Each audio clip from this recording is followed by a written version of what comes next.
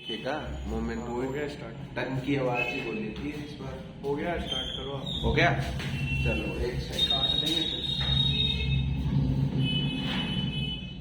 Hello, नमस्कार दोस्तों। आज हम रीजनिंग का एक बहुत सिंपल सा चैप्टर, प्यारा सा चैप्टर डाइस पढ़ते हैं, जो कि राजस्थान पुलिस के सिलेबस में दिया गया है। जैसे कि डाइस, हिंदी में कहेंगे पासा। पासा होता क्या है, सबसे पहले हमें ये जानना है। जो हम लूडो, लॉकडाउन में खूब सारा लूडो खेला होगा, उसमें एक डाइस होता है पासा, जिसे हम गोटी कहते हैं। और गोटी जो होती है वो कुछ इस तरीके की होगी, जिसमें ये हमारे लिए जानना जरूरी है कि कैसे क्या होता है। तो देखो,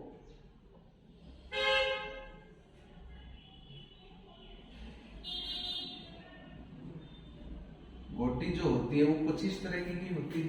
तो इसमें यदि हम देखते हैं, सबसे पहले मैं आपसे पूछूं, क्योंकि यहाँ तो हमें काम क्या आने हैं, फेस काम आने हैं। फेस यानी फलक। तो इसमें कितने फलक होंगे?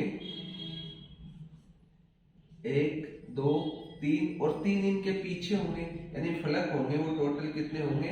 6 होंगे। 6 फलक है। तो यहां से जो क्वेश्चन पूछे जाते हैं वो ये होगा कि एक है, इसके ऑपोजिट, ऑपोजिट होगा ये आगे का है, यानी आगे का है, तो इसका ऑपोजिट जो होगा वो पीछे होगा।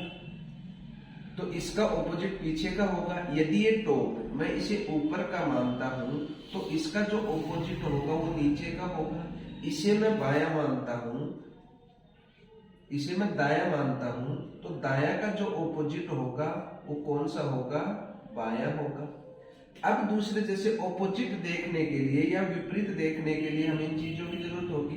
तो उसके लिए हमें क्या करना है? जैसे ये 2 है, 2 के साथ डायरेक्ट 1 जुड़ा हुआ है, 2 के साथ डायरेक्ट ये जुड़ा हुआ है, इसी के साथ ये जुड़ा हुआ है, इसी के साथ ही ये जुड़ा हुआ है। यानी एक फेस तो जिसका हमें ऑपोजिट बताना वो हो गया, प्लस इसके साथ 4 सीधे जुड़े होते हैं।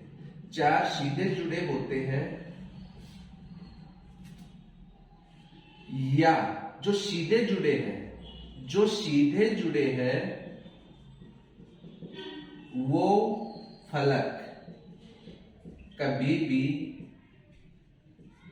विपरीत नहीं होंगे, विपरीत नहीं होंगे। देखो यहां पर एक 2 है, 2 के साथ 1 2 3 4, ये सीधे जुड़े हुए हैं, ये कभी भी विपरीत नहीं होंगे। या फिर मैं इसे ये कहूं, या मैं ये कहूं कि एक साथ दिखने वाले फलक कभी भी विपरीत या ऑपोजिट नहीं होंगे, नहीं होंगे। इसका मतलब ये हुआ कि जैसे ये फलक है, ये, इसको मैं डाइस है, इसको मैं पकड़ के घुमाऊंगा, 1 और 3 इसके साथ दिखाई दे रहे हैं। तो यदि आपसे पूछे कि 2 का विपरीत क्या है, तो आप सीधे 1 और 3 को तो बताना ही नहीं है, क्योंकि ये साथ दिखाई दे रहे हैं। और यदि मैं इसको इस तरीके से पकड़ के घुमाऊंगा, तो ये फेस और ये फेस भी इधर आ जाएंगे, ये आ जाएंगे। तो मान लो इसमें 4 और 5 है, तो ये भी कभी नहीं होंगे। इसके जो नीचे वाला जो है, जो कभी भी डायरेक्ट नहीं जुड़ता है, वो क्या होगा? इसका विपरीत होगा। तो यहाँ ध्यान देने वाली बात यही है कि एक डाइस के हम मैक्सिमम कितने फेस एक साथ देख सकते हैं? 3 फेस एक साथ देख सकते हैं। और वो 3 जो दिखाई एक साथ जो दिखाई देते हैं, वो कभी भी विपरीत या ऑपोजिट फेस पर नहीं होंगे। अब इससे आगे हम चलते हैं कि डाइस होती क्या है, कितने प्रकार की होती है, कैसे कैसे हमें इस पे देखना है। तो वो देखो, यदि मैं बात करूं, डाइस जो होती है वो मेनली 2 प्रकार की होती है। डाइस जो होती है वो 2 प्रकार की होती है। एक होता है साधारण पासा, जिसे हम नॉन स्टैंडर्ड डाइस कहते हैं। एक होता है मानक पासा, एक होता है मानक पासा, जिसे हम स्टैंडर्ड डाइस कहते हैं। जिसे हम स्टैंडर्डाइज कहते हैं। अब इनकी पहचान, इन्हीं के आधार पे हमें आगे क्वेश्चन सोल्व करने होंगे। जो नॉन स्टैंडर्ड जो डाइस है, यदि मैं डाइस बनाता हूं तो देखो इसकी जो पहचान है वो आप अपने नोट्सों में या आप कॉपी पेन लेके बैठे हो, जो बातें मैं लिखवा रहा हूं वो आप नोट करते जाओ कि इसकी पहचान हम कैसे करेंगे कि कौन सा स्टैंडर्ड डाइस है और कौन सा नॉन स्टैंडर्ड डाइस है। यदि आपके सामने कुछ इस तरीके की डाइस आ जाती है, कुछ इस तरीके की डाइस आ गई, जिसमें देखो हमें क्या करना है, जो दो नियर बाई जो फलक है, जो पड़ोसी जो फलक है, उन सबका क्या करना है, हमें सम करना है। 5 और 2 7, 4 और 2 6, 4 और 5 9। तो देखो इसमें यहां दो नजदीकी या दो नियरेस्ट जो फेस हैं उनका टोटल यदि 7 हो रहा है, हम इसको क्या लिखेंगे 7। 7 और 7 साफ और साधारण। यदि किसी भी दो नजदीकी फलकों के अंकों का योग यदि 7 हो रहा है तो वो कौन सा डाइस होगा, वो साधारण डाइस होगा। ठीक है, तो इसमें लिख सकते हो आप किसी भी दो नजदीकी फलकों के अंकों का योग 7 हो तो वह पासा साधारण पासा होगा, साधारण पासा होगा। नंबर 1 बात, यदि मैं इसकी बात करूं तो देखो 2 और 3 कितने हो गए 5, 6 और 2 कितने हो गए 8, 6 और 3 कितने हो गए 9। यहां 7 बने, यहां 7 नहीं बने, इसका मतलब ये कौन सा हो गया, मानक पासा हो गया। दोनों का अंतर समझ में आया कि जो दिखाई दे रहे हैं हमें 3 फेस, उनमें कोई भी 2 फेस हैं, उनके अंकों का योग यदि 7 हो रहा है तो वो साधारण पासा होगा, और जहां जिनका 7 नहीं हो रहा है, 7 से कम हो सकता है, 7 से ज्यादा हो सकता है, लेकिन 7 नहीं हो रहा है, वो कौन सा होगा, मानक पासा होगा। ठीक है, अब इसमें जो दूसरी बात इंपॉर्टेंट है साधारण पासे की, ये तो एक बात होगी। दूसरी जो बात इंपॉर्टेंट है साधारण पासे में, आप ये चीजें नोट कर लो। साधारण पासे में, वहां पे लाइक बटन, साधारण पासे में देखो यहां से लिखो, साधारण पासे में हम निश्चित रूप से, निश्चित रूप से विपरीत फलक नहीं बता सकते, विपरीत फलक नहीं बता सकते। देखो साधारण जो पासा होता है उसमें हम एग्जैक्ट ऑपोजिट नहीं बता सकते, जबकि यदि मैं बात करूं मानक पासे की तो इसमें जो है मानक पासा में हम निश्चित रूप से विपरीत फलक या ऑपोजिट फेस बता सकते हैं। अब क्यों बता सकते हैं इसका रीजन देखो, क्यों बता सकते हैं इसका रीजन मैं लिख रहा हूं, ये रीजन आपको समझ आ जाएगा। क्यों नहीं बता सकते वो देखो, मानक भाषा में एग्जैक्ट ऑपोजिट हम क्यों बता सकते हैं, साधारण में क्यों नहीं बता सकते, वो आप देखो कि जो मानक पासा है इसमें मानक पासा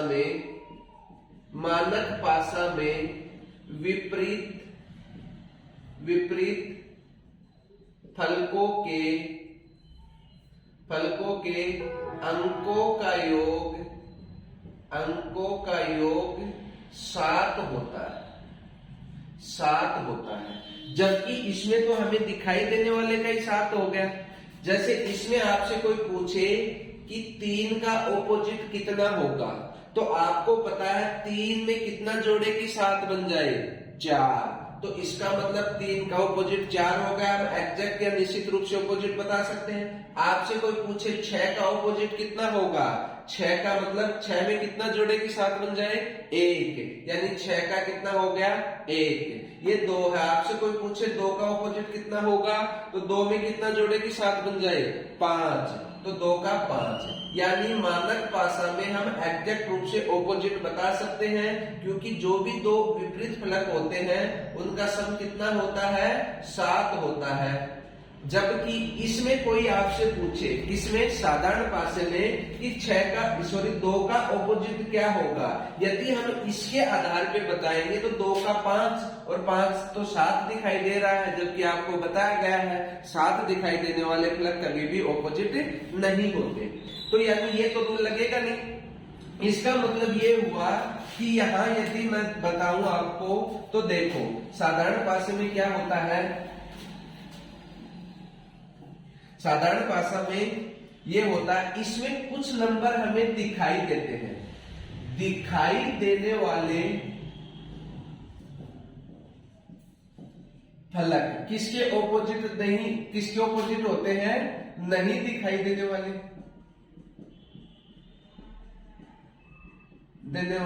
यानी ये तो हमारे लिए विजिबल हो गए और ये हमारे लिए क्या हो गए, हिडन लिखो या नॉन विजिबल लिखो, विजिबल नॉन विजिबल हो गए। अब यदि जो दिखाई देने वाले फलक हैं वो विजिबल हैं, जैसे हमारे पास 2 है, 5 है, 4 है, ये सारे क्या है, विजिबल फलक हैं। और यहाँ पर जो दिखाई नहीं दे रहे, भाई 1 से लेकर कितने, 1 से लेकर 6 तक नंबर होते हैं, 1 से लेकर 6 तक नंबर होते हैं, तो यानी विजिबल हमें 2 है, 4 है, 5 है, ये तो दिखाई देने वाले हो गए। और नहीं दिखाई देने वाले नॉन विजिबल 1, 3 और 6 हो गए।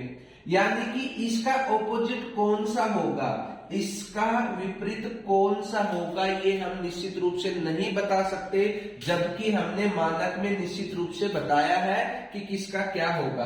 तो इसमें यदि हमसे पूछा जाए तो हम लिखेंगे कि 2 का ऑपोजिट जो भी विजिबल नंबर है उसका ऑपोजिट जो नॉन विजिबल नंबर है 1, 3, 6 में से कोई भी हो सकता है। यदि आपके एग्जाम में क्वेश्चन आता है, ऐसे हमें डायग्राम देगा तो सबसे पहले हमें उसकी पहचान करनी होगी कि दिया गया डाइस कौन सा है।